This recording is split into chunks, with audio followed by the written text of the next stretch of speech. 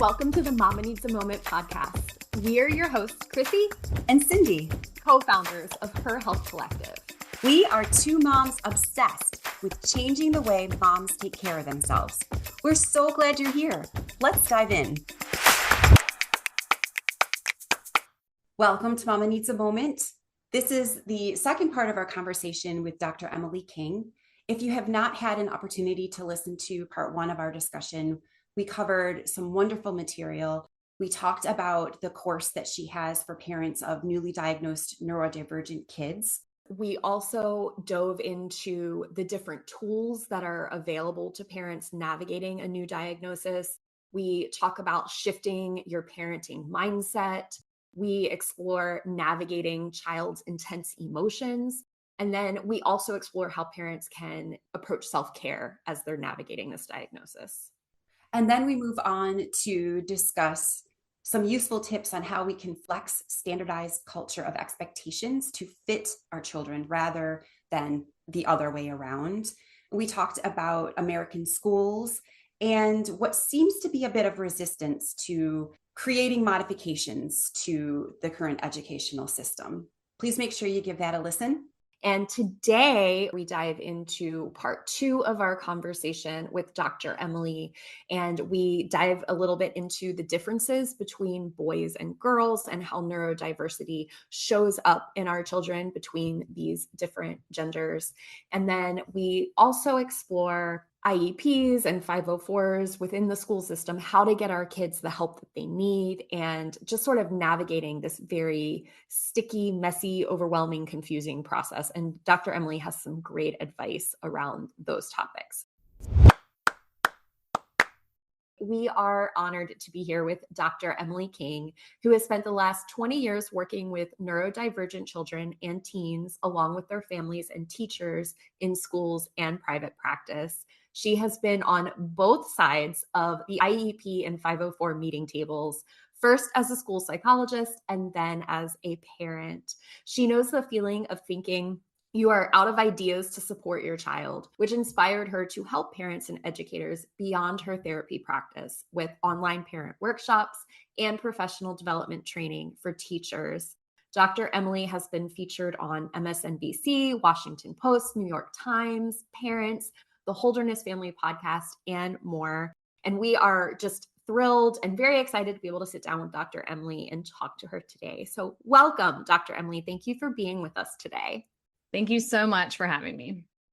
You were featured in a fabulous interview on MSNBC. I highly recommend everyone give it a quick listen. It's on your social media as well, where you were asked to look at the hidden gender gap in K through 12 schools, specifically how boys are falling behind in the academic setting and struggling in school. And this was very interesting for me to listen to, as here in Her Health Collective with our community of moms, we often actually talk about, and granted, mostly it's a group of women talking, but we were often talking about how girls face a gender gap when it comes to neurodiversity, since they tend to fall under the radar longer due to many of the ways that neurodiversity us and girls, and that being more accepted behaviors in the school setting. Do you find that to be the case? Yeah, I find this whole gender thing so interesting because, and of course, these are generalizations, but girls tend to fall between the cracks, I think, because most of our research on autism and ADHD is done on white boys. And that's just historically what has happened. I think that's going to change over time. We're starting to really look at girls and autism and figure out the differences. You know, they may not present in the same way that a boy would. Many girls have more emotional and sensory experiences that they are overwhelmed by, where boys sometimes have more behavioral and social presentations that you can tell just by talking with them. And you can see the differences in like the way they speak or what they talk about. And with ADHD, the same thing. So girls tend to be more inattentive. So they're not a behavior problem, quote unquote, behavior problem, but they look compliant and they look people pleasing. And anytime, I will tell you here, if you're raising a girl, if your girl is anxious and very people pleasing, wants to do the right thing, there could be some internalized anxiety happening that is confusing culturally, because your girl is probably getting praised for staying still and following the rules and all of that. And we actually have to help young women unlearn that and be like, speak your mind, say what you want, assert yourself. And so culturally, those are the differences we see with girls, which is very true. The MSNBC interview was so interesting because there was some research that came out about how there are more girls in higher education and more girls are making it through high school than boys. And I think this might have to do, it's just my opinion, but I think this has more to do with how school is structured. School is structured in a way that you have to be pretty independent and have executive functioning skills and be on top of things, which generally speaking, sometimes girls are, because they lean into that, like people pleasing, I'm going to do it for everyone thing, they tend to do that better or more often. Granted, there are plenty of girls with ADHD who struggle with executive functioning. That's also a thing. But I wonder if how structured school is in a very standardized way is hard for boys in terms of not engaging them with their interests. Like if you're not interested in sports, then what are you going to do? I think a lot of the new programs coming out, like really celebrating boys being into robotics or boys being into theater and boys being into dance, like whatever the thing is, we want kids to find their interest and have a reason other than academics to go to school. Because all of those things like the arts or the sciences, anything that lights a kid up. I'm a big fan of magnet schools that have heavy electives in the schedule because they're kids that only go to school because they love those classes, and it helps them think in a different way. So yes, I think there are, generally speaking, some gender differences. There are always exceptions, but I find that it's interesting that when the boys are having trouble getting to college, that makes MSNBC. And then the girls who are probably really quiet and internally panicking about not pleasing people, we're not talking about that on the news. So I just want to throw that out there too as a thing.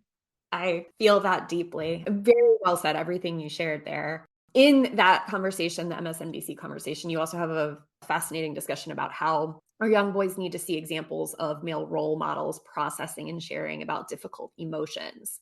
How do you think this would, if they were able to see this, how this would impact the overall mental health and development of young boys? And what does that look like in actuality?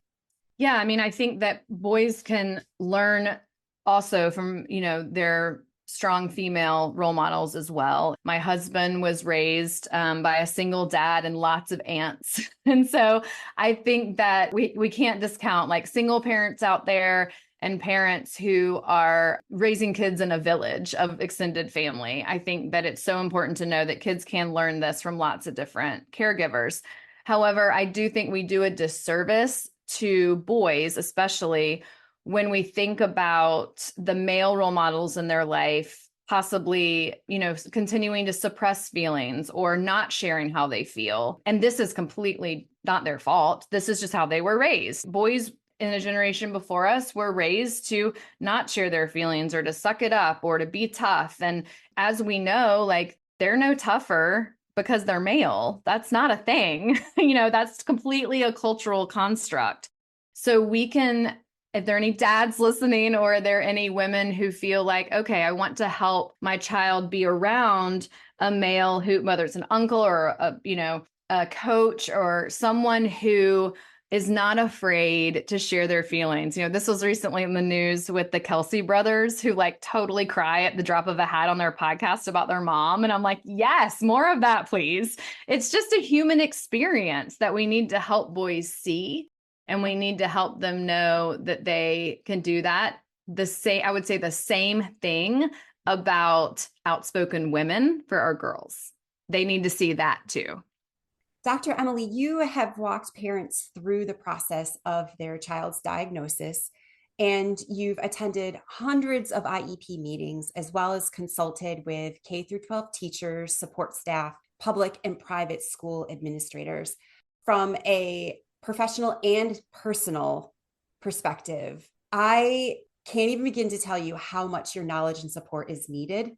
And I'm so glad that we have this platform where we can highlight your efforts to make more families aware of the services that you do provide.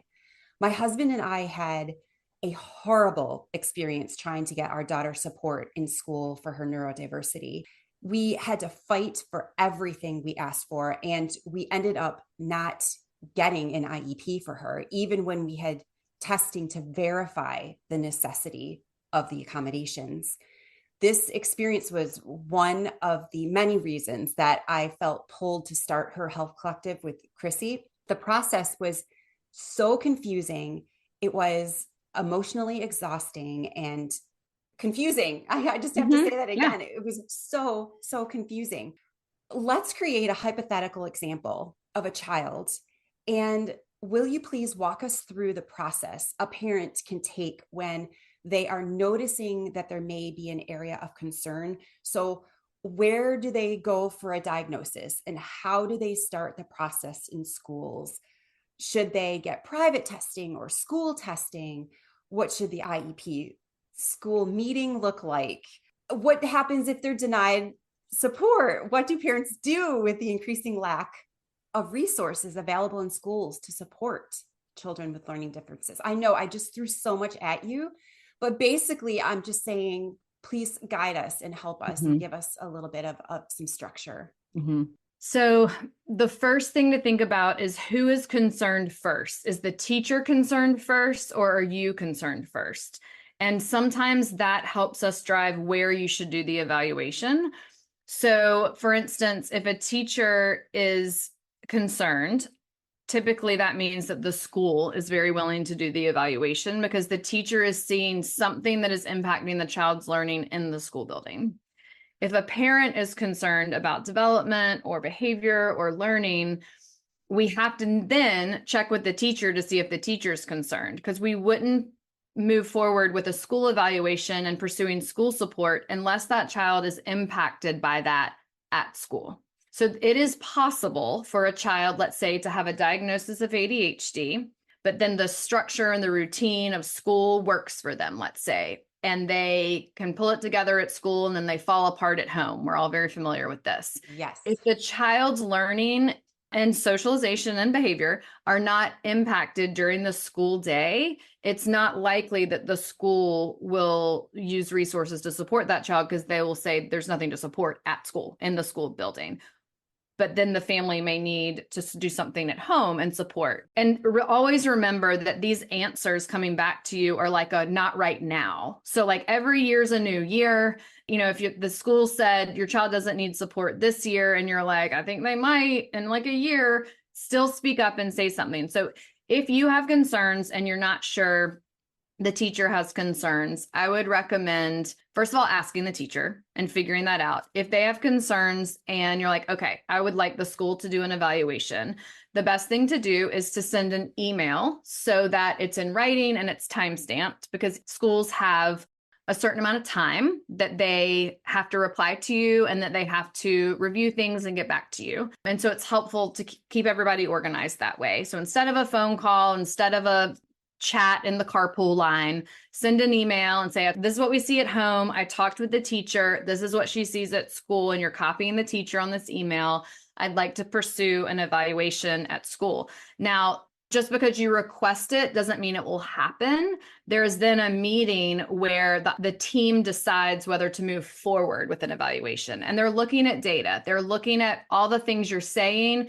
Is it impacting grades? Is it impacting a child's ability to get to school, to stay at school, to stay in class? Like basically anything that would define accessing their education. So behavior could sometimes make a kid not be in class because they have to miss class because they're talking to the counselor. You know, are they missing class? Are they missing instruction? The part that's a gray area and different everywhere and is evolving is socialization. So is learning how to socialize part of our education? I believe it is. Some schools agree with this. Some schools are struggling to see that as part of learning and part of education, and they're kind of stuck on the reading, writing, math part. So those are conversations that may be a little grayer with what you're talking about. And is that defined as what a child needs? When kids are really young, usually the social goals are mixed in with meeting with a speech language pathologist, because social and language does drive reading comprehension and ability to write stories. And there is a connection there between social and language and reading and writing. So those are some conversations you can have. If you only have social concerns, the question would be, is it impacting their literacy? Is it impacting their ability to tell stories or understand stories? It could be.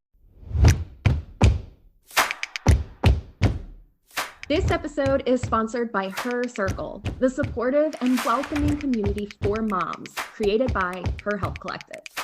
Her Circle is a welcoming and supportive community for moms who are passionate about making change for themselves, their families, the community, and the world.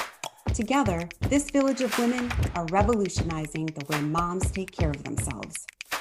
From an active, private online community and the incredible daily chats hosted there, to our many gatherings, including support groups, Moms Night Out, volunteer opportunities, book club, family adventures, coffee chats, and so much more. We love providing moms the chance to connect and create authentic relationships with one another. The network of experts in Her Circle are a phenomenal resource and provide great learning experiences for moms on topics ranging from women's health to parenting. We cover the issues that matter to moms the most, from virtual expert Q&As to one-on-one Wellness Minute consultations and support groups. We are committed to getting moms in front of the information, experts, and support they need most. To learn more about Her Circle, head to www.herhealthcollective.com. We have a limited number of spaces and the doors only open a few times a year. So be sure to add your name to the no obligation waitlist so you are the first to know when the doors officially reopen. And then if there are really no concerns that are significant at school, meaning that, they're out of the norm of what other, again, they're going to define it as kids their age or grade are experiencing, you can absolutely pursue a private evaluation. Some psychologists are going to be in network and some are going to be out of network. That's because insurance companies do not pay mental health providers enough. And so you will see a huge range of differences in mental health providers that take insurance or don't take insurance. And that's why we don't get paid as much as medical doctors do by insurance companies. And that's just a fact and something else that we need to work on from a legislative standpoint. And so the other thing I would think about to clarify is a school evaluation is not going to diagnose with a medical label. So for instance, a school evaluation is going to qualify a child for one of the 13 categories under the Individuals with Disabilities Education Act,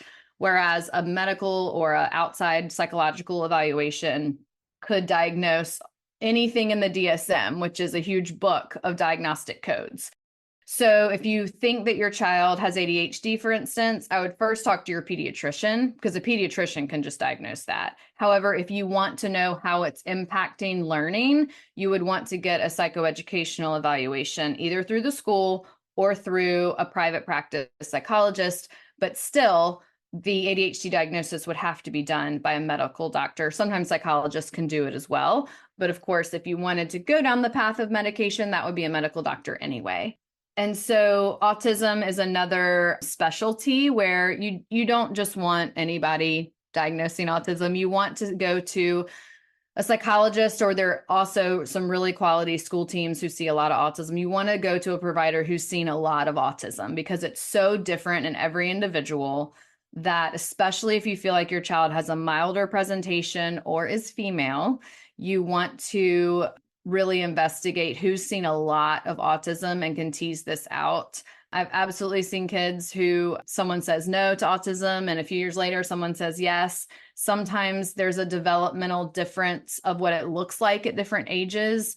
And that's just because there's no blood test. This is all a snapshot of interviews and behavioral observations that we're all using our clinical judgment and our training to have clinical opinions about in terms of diagnosis.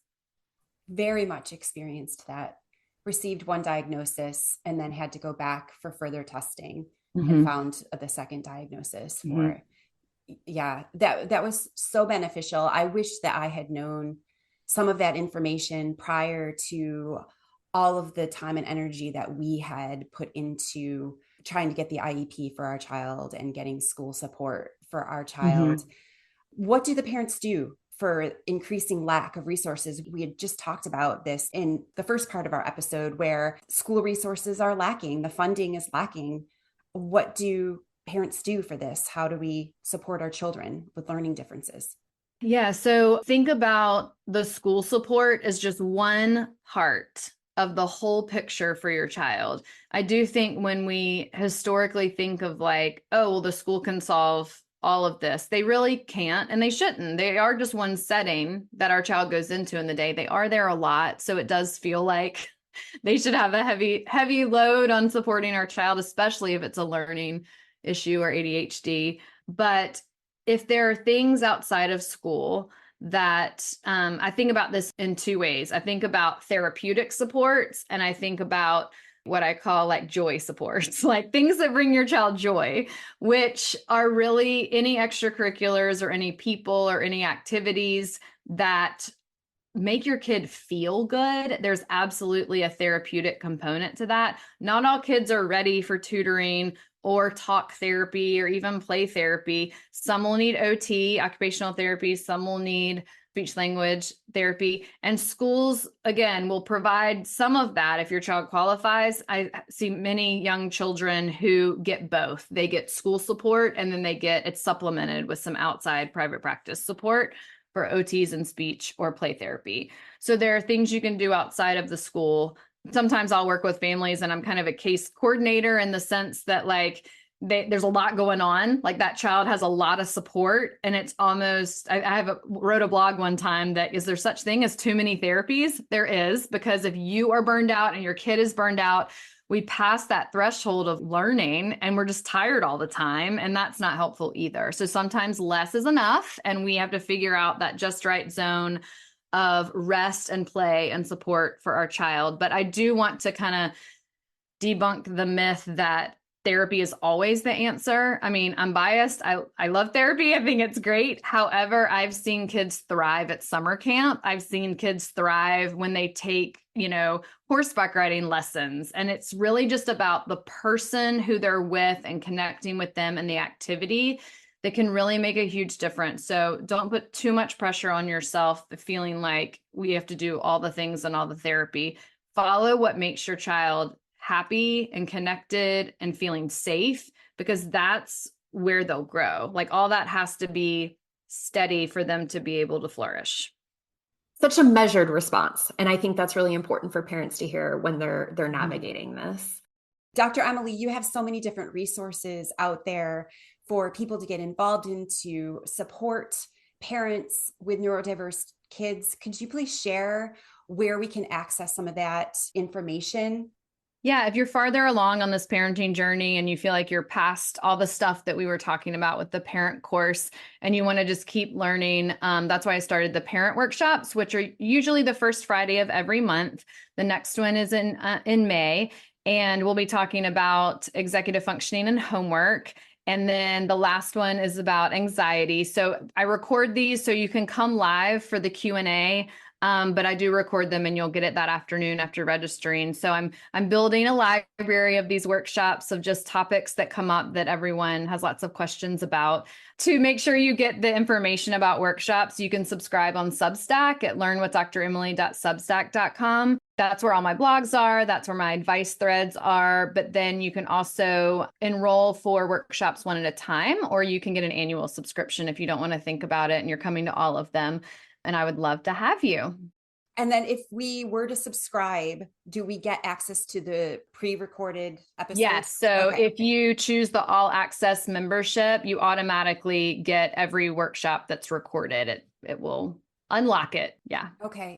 As far as your consulting, can you tell us a little about the consulting piece of it? Yeah. So I've just added this because it's getting, I'm getting lots of questions, which I love. So I still have a part-time child psychology practice in Raleigh, but I'm no longer taking clients through that practice just because My boys are getting older and I'm fading out of after school appointments so that I can be home with them more.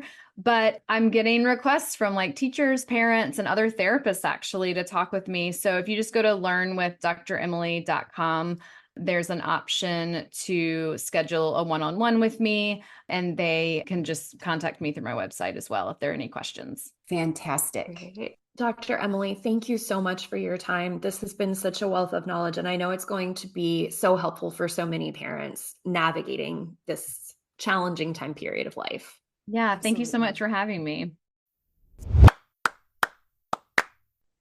Such a great conversation today with Dr. Emily in part 2 of our discussion. And I really, really enjoyed this piece of the conversation, particularly as we were talking about the differences between girls and boys. I had a lot of takeaways there. But how about you, Cindy? What was sort of something you really pulled out of part 2 of our conversation? I was really hanging on to these cultural constructs that we have that you just mentioned.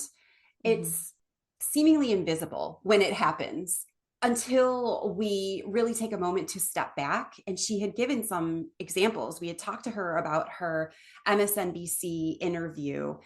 This was focusing on gender gaps in K through 12 schools, specifically on boys and how they're falling behind.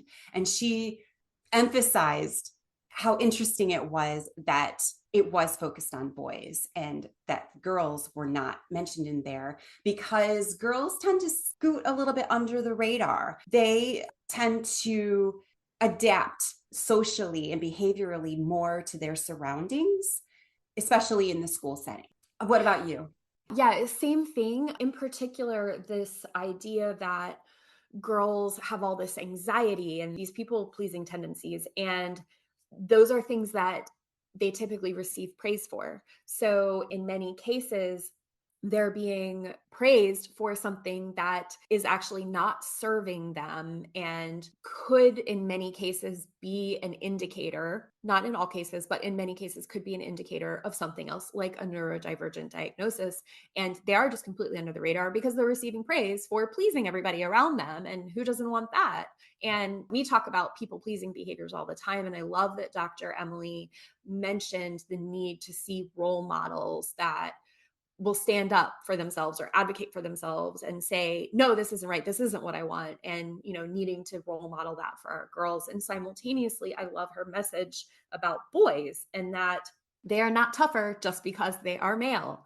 And I think that's a really important message that we hear for our young boy children. They're undergoing a part of the human experience as well. And they need to see it's okay to have emotion rather than trying to tamp everything down. And of course, I also just want to reiterate that these are all very broad generalizations, does not apply across the board, certainly. But, I think that these are important generalizations, especially when we're talking about something like neurodivergence and being able to find it and diagnose it in our kids. So I thought that was a really, really powerful conversation. Yes, absolutely. I also felt that it was really important to have her walk parents through the process of their child's diagnosis. So there was a lot that I took away in that conversation because that hit me personally. One of the things that she did say is whoever is concerned about the child's performance in schools or what's going on drives the first evaluation. I had no idea about that. I was just flailing my arms and just saying, I need help. So that was a wonderful tip. If you are not a Patreon subscriber, we would love to have you. We do have a bonus episode with Dr. Emily King. And in this conversation with her, we talk about the connection between anxiety and autism, as well as ADHD, giftedness. We also explore the ways that children can manage anxiety and also how parents can help support through that process. It's a great little bonus question. There's a lot of little tidbits in there, so you'll definitely want to give it a listen. Thank you to our Patreon supporters. You are so appreciated. We hope you enjoy this little bonus content that we've got for you. We've enjoyed hanging out with you today, friend. We hope you got to finally enjoy a hot cup of coffee as you listened. Make sure you follow us so you're the first to know when we drop a new episode. If you've enjoyed your time with us, let us know by leaving a review. We always love hearing from you. Until next time, stay true to you.